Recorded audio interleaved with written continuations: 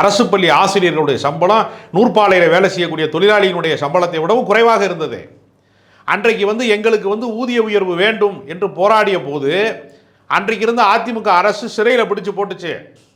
எம்ஜிஆரை செல்லமாக வாத்தியார் என்று அழைக்கக்கூடிய ஒரு வழக்கம் உண்டு.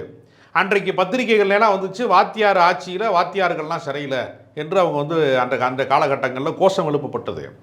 மத்திய அரசு ஊழியர்களுக்கு இணையான சம்பளம் இன்றைக்கி 50,000 ஸ்டார்ட் பண்ணி 40,000 ஸ்டார்ட் பண்ணி 1 லட்சம் 1.5 லட்சம் வரைக்கும் இன்றைக்கி ஆசிரியர்கள் சம்பளம் வாங்குறாங்கன்னா திமுக அரசு தான் காரணம். பழைய ஓய்வூதிய திட்டம் வேணும் அப்படின்னு அவங்க சொல்றதுலாம் இது உலக வங்கியினுடைய கடன் சம்பந்தப்பட்டது. ஆனா வாக்குறுதி கொடுத்துருக்காங்கன்றத வாக்குறுதி கொடுத்துருக்காங்க. அரசுக்கு போதிய நிதி ஆதாரம் இல்லாத தடுமாற்றம் இருக்கிறது. அதில் சில கோரிக்கைகளை நிறைவேற்ற முடியாமல் போகுது. நம்ம அதை முட்டு கொடுக்கவோ நியாயப்படுத்தவோ நம்ம சொல்லலை. பழைய ஓய்வூதிய திட்டம் கண்டிப்பாக வேண்டும் என்பதான் என்னுடைய கருத்து.